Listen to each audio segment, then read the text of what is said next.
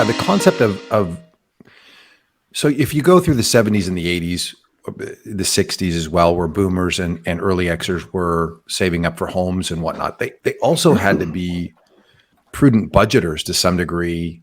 They saved for the home down payment. Interest rates were high. You had to make choices about consumption. I don't know. I've just heard from so many of sort of before the last sort of 6 months or a year that you don't ever need to pay a mortgage, right? You're going to own a home and you're going to own a mortgage forever because it's free interest. And to some degree, there's been a lack of prudence to some degree. What do you guys think about that? Is that imaginary for me? No, it's not imaginary. Just like anything, it's. I think people are doing the best they can. Again, at 40% of where the baby boomers were, I think it's just a matter of haves and haves-nots more than it is, whether or not the younger cohort is more or less spendthrift, right? I think. I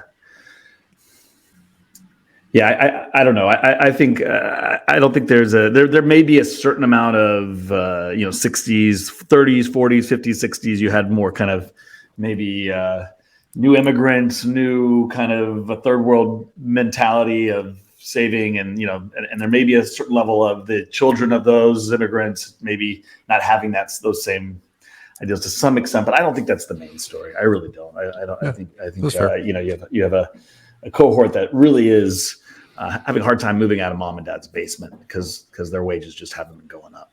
And I don't think anybody wants that shame or that, that doesn't. Everybody wants to have put their own mark in and wants to, go back to Donald Trump's rusted out cities in middle America. I mean, there's this feeling that, I'm doing worse than my father and he did worse than his father. And it's been 2 generations. And I think that's just enough to cause enough shame for people to say enough is enough. And I think that's really more of what it is, whether you're, again, an immigrant in Chicago or, a working class white male in West Virginia. It's the same reality.